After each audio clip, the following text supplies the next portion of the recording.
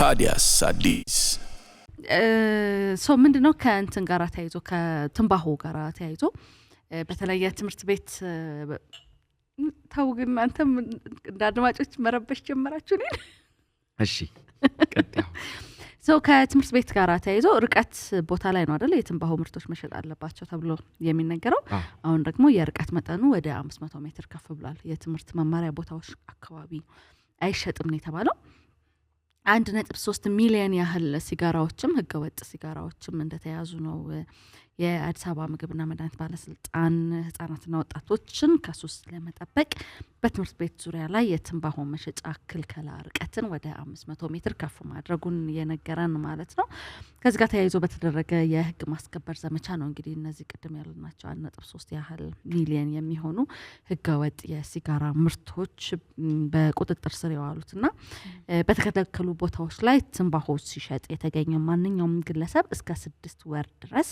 ወይም ደግሞ እስከ 5000 ብር ድረስ ቅጣት ሊቀጣ እንደሚችልም እንዲታወቅ ተብሏል ሶ እንግዲህ ይህንን ተግባር እንዳትፈጽሙ ትምህርት ቤቶች አካባቢ በ500 ሜትር ርቀት ውስጥ ያላችሁ የሱቆች ካላችሁ የትንባሆ ምርትን መያዝ እንደማትችሉ እወቁት ካልሆነ ግን ከ6 ወር ጀምሮ የእስር ቅጣት አሊያም ደግሞ የ5000 ብር ይቅርታ ቅጣት ሊዳረግባችሁ ይችላል ነው የተባለ ያለው ስለዚህ ርቀቱ በ500 ሜትር ያህል ተሻሽሏል ማለት ነው ራቅ ብሏል ማለት ከዛ ባነሰ ርቀቱ ሲሸጡ የነበሩ ናቸው ህገወጥ መልካም ናቸው ግን ይሄ ተፈጻሚነቱ ነው ምናልባት ሌላም ጊዜ ሰምተን ነበር አይደል ከጫት ጋር በተያዘ መጠጥ ቤቶች ጋር በተያዘ ያለፉትን አመታት ከጫት ንግድም ጋር ከመጠጥ ንግድም ጋር በተያዘ በትምህርት ቤቶች አቅራቢያ ቢያንስ የሆነ ሜትር ተገድቦላቸው በዚህ ራዲየስ ውስጥ መሸጥ አትችሉም ተብሎ ነበረ ግን አንዳንዶች የምናያቸው ግን አንዳንድ ቦታዎች ላይ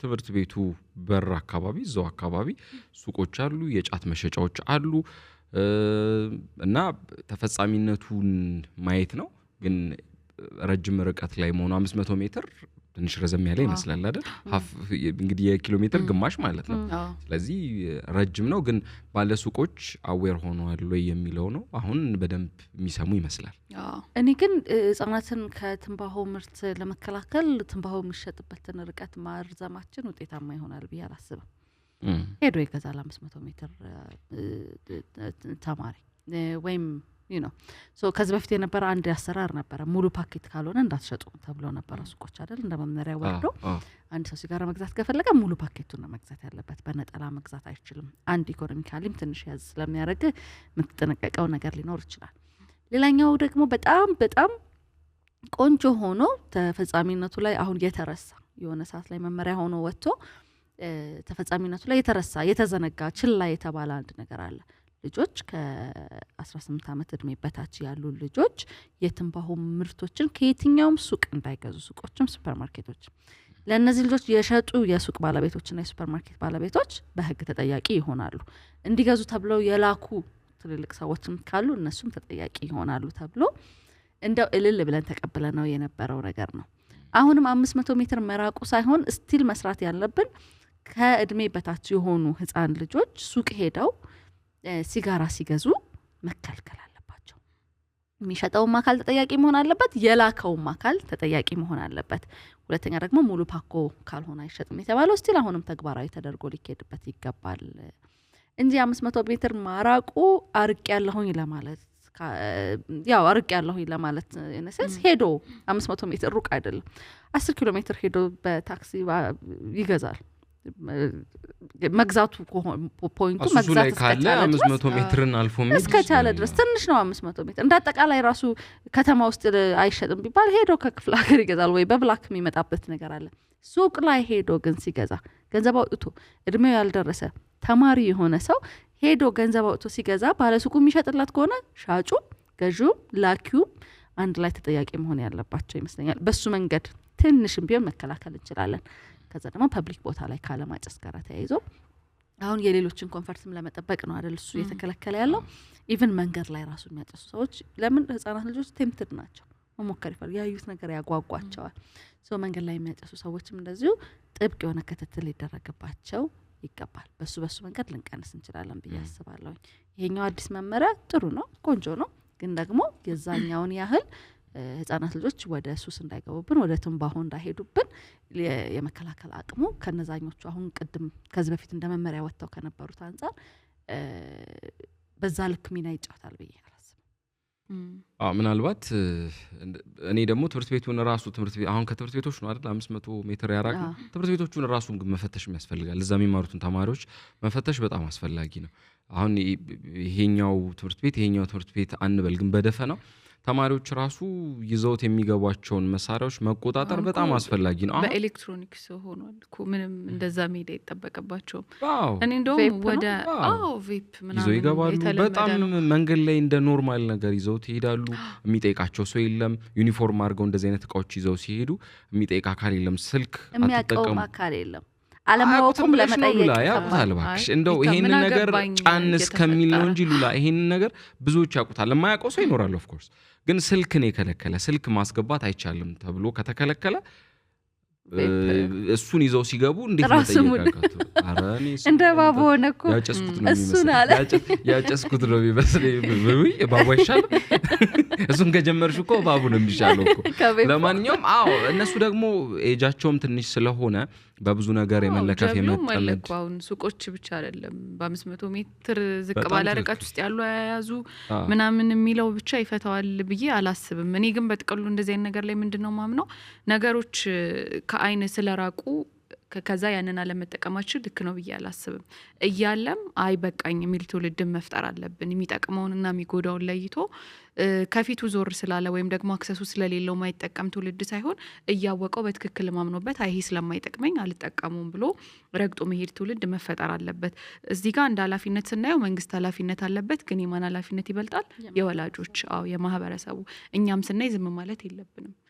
ድሮ እንደውም ይባላል ምን አገባሽ ቢሉኝስ አሁን ላይ እንደዛ። በፊት ግን ልጅ ግን የቤተሰቡ ብቻ አልነበረም። ልጅ አካባቢው ነው አንድ ልጅ የሚቀጣውም የሚያሳድገውም የነበረው። ልጆችም ጥፋት ሲሰሩ ወላጆቻቸውን ብቻ ሳይሆን በዛ ልክ ወይኔ እንትና አይታኛለሽ ብሎ አካባቢ አንድ ሰው ካያቸው የመደንገጥና የመፍራት ስሜት አለ። ያንን ባህላችንን ልንመልሰው ይገባል። አሁን ግን ሬር ነው በጣም አይደለ? ጎረቤት ራሱ ቢያይሽ መንገድ ላይ እንደዛ ያደረገ ልጅ ማለት አሁን በእኛ እድሜ ስናድግ የሚመስለን የማጨስ ትክክል ነው ትክክል አይደለም የሚለውን እዛ እንቶ በቃ ትክክል እንዳልሆነ ይታወቃል። ግን የሚያጨሰው ትንሽ ሰው አይመስለንም ነበራል። ትንንሽ ልጆች ምናምን አሁን ትንንሽ ልጆች እንደዛ ያደረጉ ልጆች እኮ አጠገብሽ እንደዛ የማድረግ ድፍረት ካለው አንቺን የመናገር ድፍረት ይኖረዋል በእርግጠኝነት። ማለት አሁን አንቺ ፊት የማጨስ ድፍረት ካገኘ በቃ አንቺ እረፍ ብለሽ ስትናገሪው አንቺን የመሳደብ ድፍረቱን አያጣውም። እና ብዙ ጊዜ እንመለከታለን እንደዚህ ስትናገራቸው መልሶ ይናገር። ህጻናት ናቸው፣ ትንንሽ ልጆች ናቸው። በቃ ትፈሪያለሽ አንቺን በቃ መናናቅ ነው የሚሆነው። በቃ ልቶ ብለሽ ትተዋለሽ። አንድ የኔ ወዳጅ ሲጋራ የሚያጨስ ወዳጅ ነበረኝና በጣም ሞከረ ለማቆም። በጣም በብዙ መንገድ ነው ለማቆም እየሞከረ የነበረው። መጨረሻ ላይ ብሎ በቃ ሲያቅተው ምን አለ፣ እኔ የምናደደው አለ ድሮ በ16 እና በ15 ዓመቴ ሲጋራ ይዤ ሳጨስ ዝም ብለውኝ ያለፉ ትልልቅ ሰዎች ነው የሚያናድዱኝ። ያኔ በጥፊ ብለውኝ ቢሆን ከእጅ ያስጥለውኝ ቢሆን 2-3 ሲሆን እፈራለሁ አላረክም ነበር። አሁን የእድሜ ልክ ጸጸት ውስጥ ነው የገባው። ባለፈው ከኛ ቤት ስንወጣ በጀርባ በኩል እንደምንወጣውና በዚህ በኩል ለኮንስትራክሽን ተብሎ ተቆፍሮ መሰረት ወጥቶለት የተተወ በክርክር ላይ ያለ ቦታ አለ። በዚህ በኩል የኛ ቤት የኛ ግቢ ጀርባው ነው። ማንም ሰው ወደዛ ጋራ አይመጣም አንለስ ከዚህ ግቢ የሚወጣ መኪና ካልሆነ በዛ በጀርባ የሚሄደው እግረኛም በዛ በፊት ለፊት ነው የሚሄደውና ጭር ያለ ቦታ ነው። በጣም ትንንሽ ልጆች ናቸው፣ ዩኒፎርም የለበሱ የሃይስኩል ልጆች ናቸው። እያጨሱ ነው፣ ሲጋራ አይደለም እያጨሱ ያሉት። ሲጋራ አይደለም እያጨሱ ያሉት፣ ቬፕ አይደለም እያጨሱ ያሉት፣ የባሰውን ነው እያጨሱ ያሉት። ሽታ በጣም ነው የሚሰነፍጠው ስታልፍና እስቲ ዝም ልበልና ልለፍ ወይስ ለምንድን ነው የምታጨሱት ልበላቸው ብዬ አሰብኩኝ። መስኮት ዝቅ አደረግኩኝና እየተጠጋኋቸው ነው እንትልላቸው ምንድን ነው ልላቸው፣ ለምንድን ነው የምታደርጉት እረፉ ልላቸው። ምን ታፈጫለሽ አለኝ። ትንሽ ልጅ እኮ ነው እንደው አንቱ ብሎ ሊያናገረኝ ይገባ ሰው ምን ታፈጫለሽ አለኝና አሁን እዛ ጋር ብናገር ቢወረውሩብኝ እሷ በዚህ ልክ ደፋር ከሆነ ማድረግ የምችለው ነገር እናድርጋለሁ። ጣቢያ ሄጃለሁ፣ እዛ ጋር ልጆች እንደዚህ ያጨሱ ነው ብዬ ተናግሬያለሁ። ጣቢያ ላይ ያሉ ሰዎች አሁን እዛ አካባቢ አሁን አሳቻ ሰዓት ላይ ፖሊሶች የመጡ ቼክ ያደርጋሉ ያያሉ የሚሆነውንና እንዳልከው ያስፈራናል። ልንናገር ስንሄድ ወይ ሰድቡናል ወይ ይመቱናል። ህፃናት ልጆች ናቸው ደግሞ አገናዝበውም የሚሄዱበት እድሜ አይደለም። መማታትም መሳደብም ክብር ማጣትም ሊኖር ይችላል። ግን ደግሞ ከአቅማችን በላይ የሆነውን ነገር አቅም ላለ ሰው አሳልፎ መስጠትም ጥሩ ነው።